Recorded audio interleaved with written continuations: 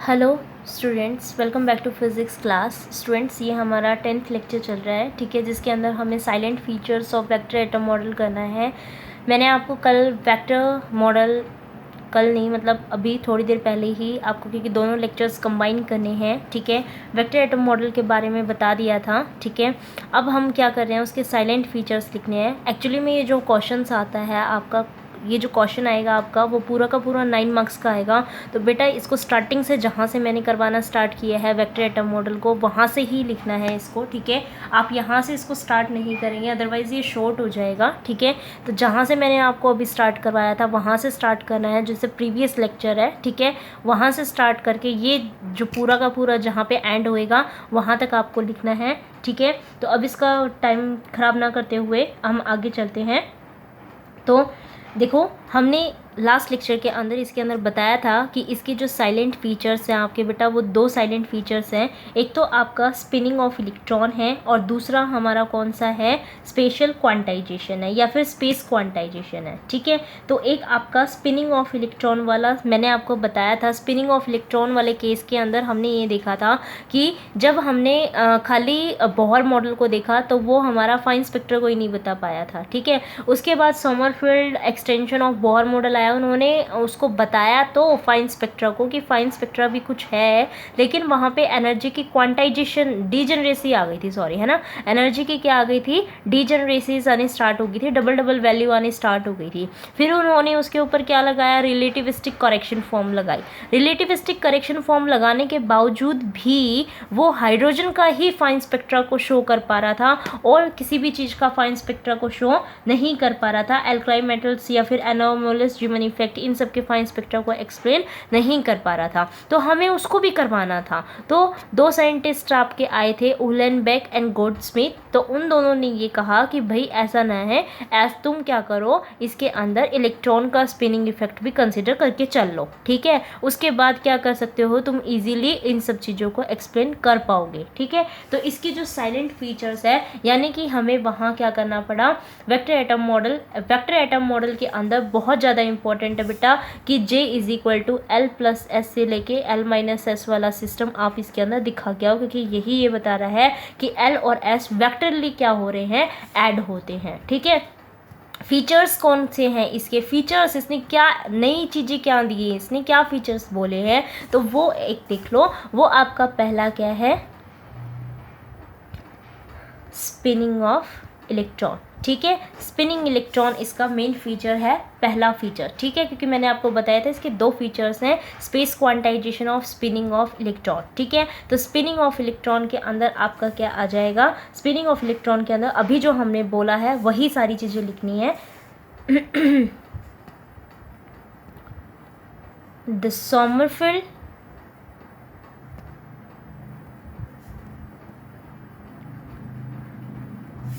quantum theory of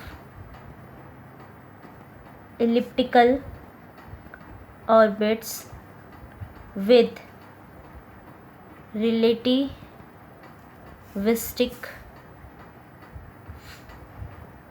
correction was successful in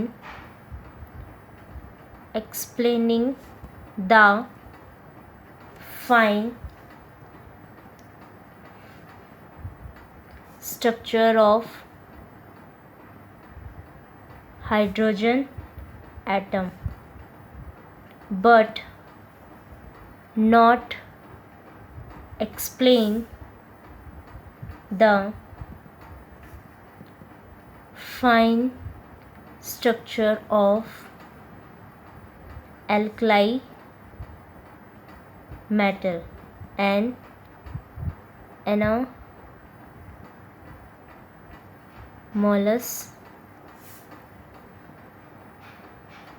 जीमन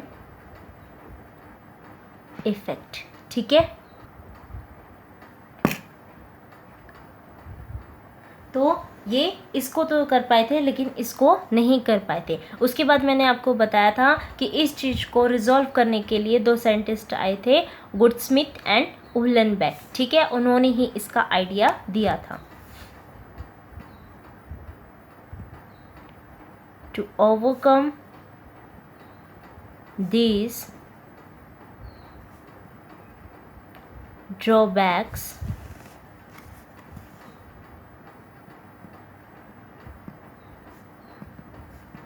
Goudsmit and Uhlenbeck, ठीक है, Uhlenbeck gives the idea of spinning electron which has an intrinsic angular momentum S and intrinsic magnetic moment mu ms and magnitude of spin angular momentum is magnitude आप कैसे दोगे, वही under the root of S into S plus 1 into H cut से, ठीक है। और आपने ये चीज़ निकाली हुई है कि इसका जो रिलेशन होता है, relation between mu S and S is, आपका म्यू एस और एस का रिलेशन क्या है बेटा, mu S is equal to -2 E/2m into में एस वेक्टर। मैंने करवाया हुआ है ये भी आपको, है ना। और जो आपका म्यू एस है वो अगर आप किसकी फॉर्म में बताना चाह रहे हो, मैग्नेटिक मोमेंट के में, ठीक है। तो मैग्नेटिक मोमेंट की फॉर्म में आप इसको कैसे बताते हो, √3 म्यू पी, ठीक है। तो आप वहाँ पे एग्ज़ाम में अगर करके आओगे तो इसको एक्सप्लेन करके आना उस रिलेशन से, ठीक है, जहाँ पे आप एस की वैल्यू को हाफ पुट कर रहे हो और इसकी वैल्यू पूरी सॉल्व करके आप ये लिख सकते हो, ठीक है। तो this spinning electron explain the fine structure of alkali metal. So this spinning electron explain the fine structure of, यहाँ लिख दूँ, alkali metal and anomalous effect, ठीक है। तो यहाँ तक तो आपका क्या हो गया बेटा, फर्स्ट जो इन्होंने बताया था स्पिनिंग ऑफ इलेक्ट्रॉन वो कंप्लीट हो गया है, ठीक है। एक बार इसको पढ़ लीजिए फिर हम सेकंड स्टार्ट करते हैं। कर लिया, ठीक है। तो चलिए स्टार्ट करते हैं। स्पेशल क्वांटाइजेशन भी बोल सकते हो, स्पेशल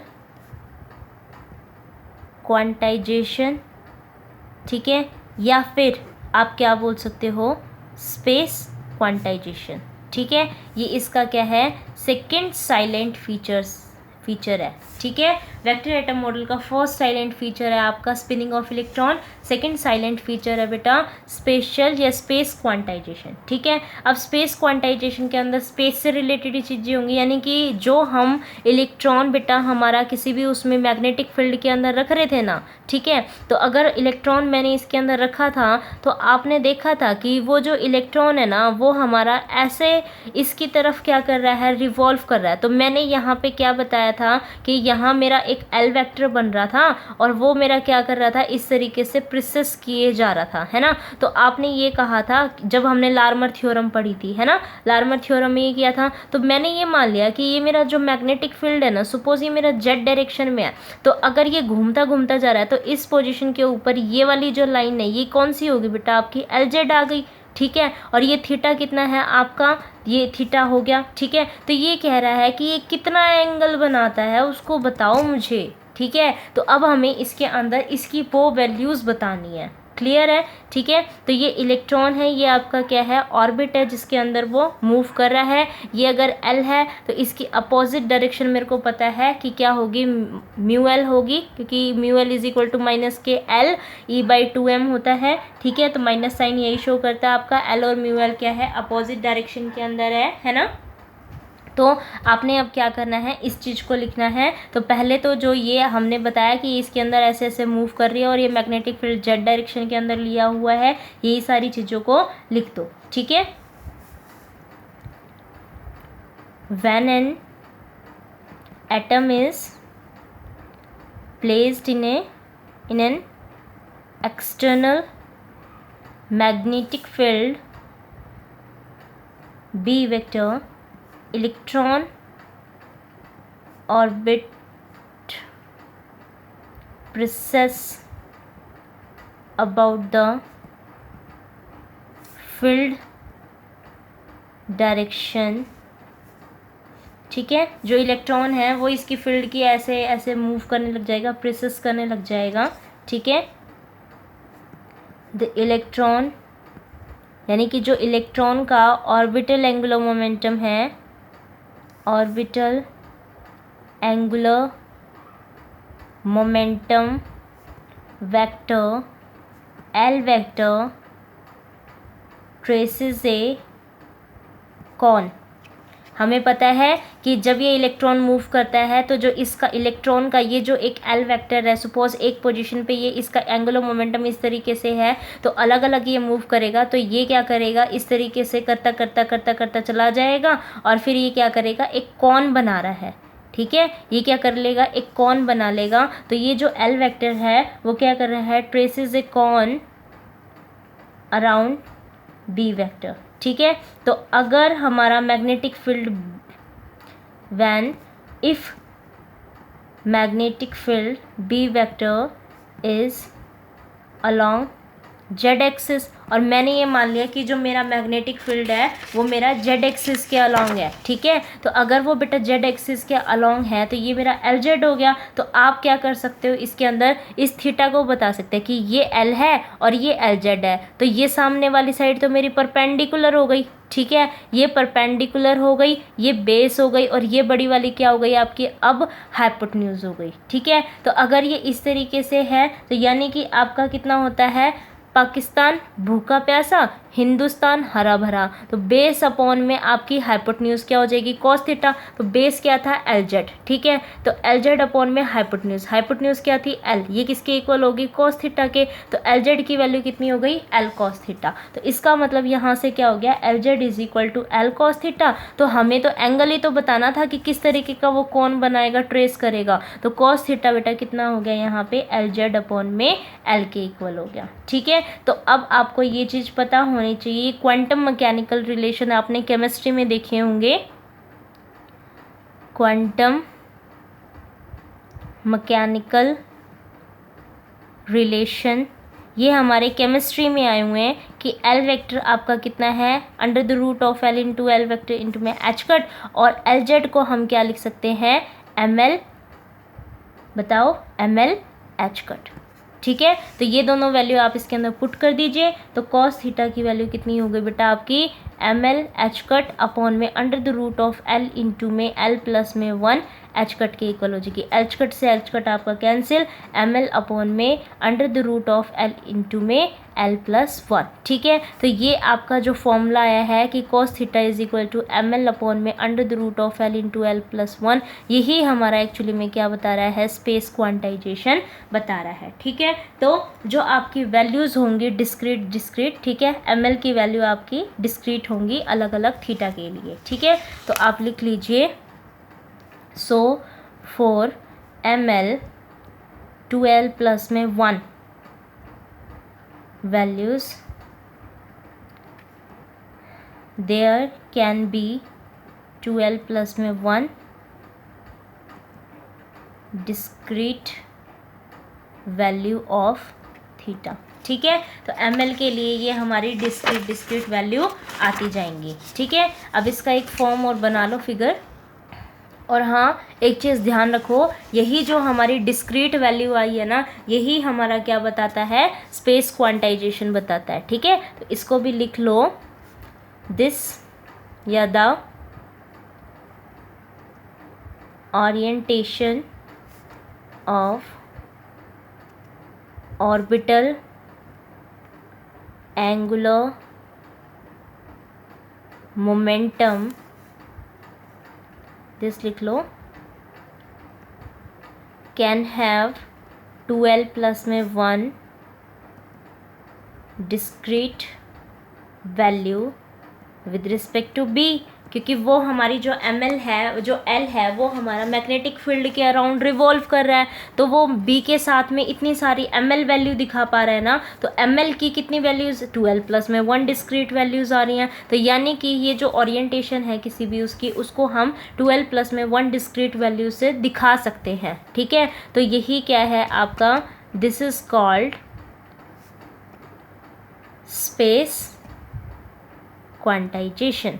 ठीक है, इसी को ही हम क्या बोलते हैं, स्पेस क्वांटाइजेशन बोलते हैं। ठीक है, इसके अंदर एक एग्जांपल ले लो। इसके अंदर एग्जांपल के अंदर सपोज मैंने l की वैल्यू को 2 लिख दिया। अगर l की वैल्यू 2 है तो ml की वैल्यू कितनी हो गई, 2l प्लस में 1। ठीक है, तो 2l प्लस में 1, तो यानी कि ये l कितना है 2, तो 2 दूनी 4 और 1 5, यानी कि टोटल कितनी आनी चाहिए 5। अब वो 5 वैल्यू कहाँ से जाएगी, ml की वैल्यू बेटा ध्यान रहे प्लस के l से लेके माइनस के l तक जाती है, यानी कि प्लस के 2 से लेके माइनस के 2 तक। ठीक है, तो कितनी वैल्यूज बीच में एग्जिस्ट करेगी, 2 1 0 -1 -2, तो ये 5 वैल्यूज़ आनी चाहिए। तो 3 और 2 5, यानी कि आपकी ml की कितनी वैल्यूज़ आ गई हैं, 5 वैल्यूज़ आ गई हैं। ठीक है, तो इन 5 वैल्यूज़ के कॉरस्पॉन्डिंग जो आपका Lz है, Lz क्या है, ml h का t तो था, ml की वैल्यू आपकी ये है, h का t जस्ट इसके साथ एसोसिएट करना है। ठीक है, तो वो कितना हो जाएगा, 2h कट 1h कट 0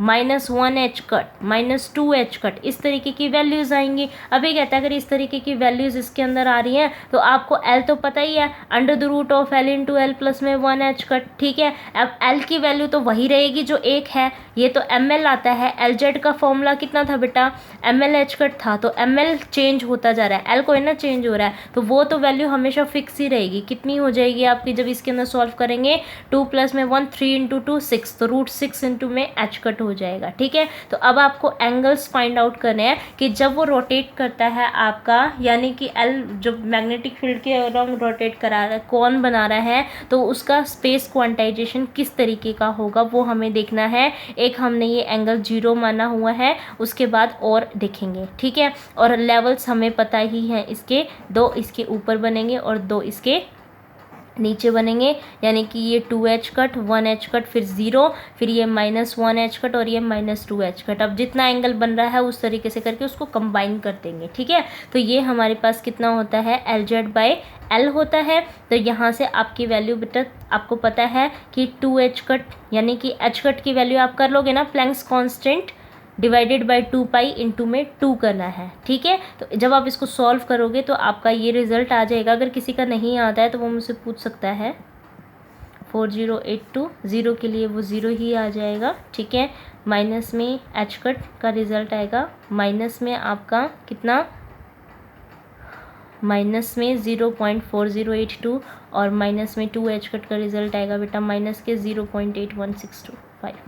ठीक है, तो ये आपका इसका रिजल्ट आ जाएगा। ठीक है, तो अगर आप अब h कट की वैल्यू को, ये आपकी वैल्यूज़ आ गई है सारी, और इसके अंदर अगर ये एंगल्स आप पुट करोगे तो इनके सबके कॉरस्पॉन्डिंग्स आपको जो थीटा मिलेंगे बेटा, वो एक 35 डिग्री, 66 डिग्री, 90 डिग्री, ठीक है, 114 और 145 डिग्री मिलेंगे। ठीक है, तो आपने क्या करना है, इसी तरीके से इनके देखो, अब ये बढ़ते जा रहे हैं तो किस तरीके से बनेंगे, देखो एक का ये, फिर थोड़ा सा बढ़ गया, ठीक है, फिर ये और बढ़ता गया, ठीक है, फिर ये और बढ़ता गया। तो यानी कि ये जो स्पेस क्वांटाइजेशन है आपका, ये कुछ इस तरीके से बन जाएगा। ठीक है, तो ये किसके लिए है, ml इज इक्वल टू 2 1 0 -1 -2 के लिए। ठीक है, इनके पूरे के पूरे आप वैल्यूज़ अच्छे से, ये मैंने थोड़ा सा ऐसे कर दिया, सर्कुलर फॉर्म में बना लेना थोड़ा सा इस तरीके से। ठीक है, इसको बढ़ा के थोड़ी सी वैल्यूज़ को और ये कर लेना। ये एंगल आपका कितना है बेटा, 35 डिग्री है। ये एंगल कितना बनेगा आपका 66 डिग्री। ये आपका कितना बन जाएगा, ये सीधा वाला तो 90 डिग्री, और ये कितना हो जाएगा आपका 114 डिग्री, और ये कितना हो जाएगा आपका, ये 145 डिग्री। ठीक है, तो ये आपका पूरा पूरा इस तरीके से स्पेस क्वांटाइजेशन पूरा टॉपिक कंप्लीट होता है। ठीक है, ये बहुत इंपॉर्टेंट है, salient features of vector atom model, most important question. इसके बाद क्वांटम नंबर मैं आपको करवाऊंगी कल के लेक्चर के अंदर, वो भी बहुत ज़्यादा इंपॉर्टेंट है। ठीक है, तो आप इन क्वेश्चंस को अच्छे से करेंगे आई थिंक। ठीक है, thank you for watching this video, and जिसने भी शेयर एंड सब्सक्राइब नहीं किया, kindly subscribe the channel and share and like the video. Thank you for watching.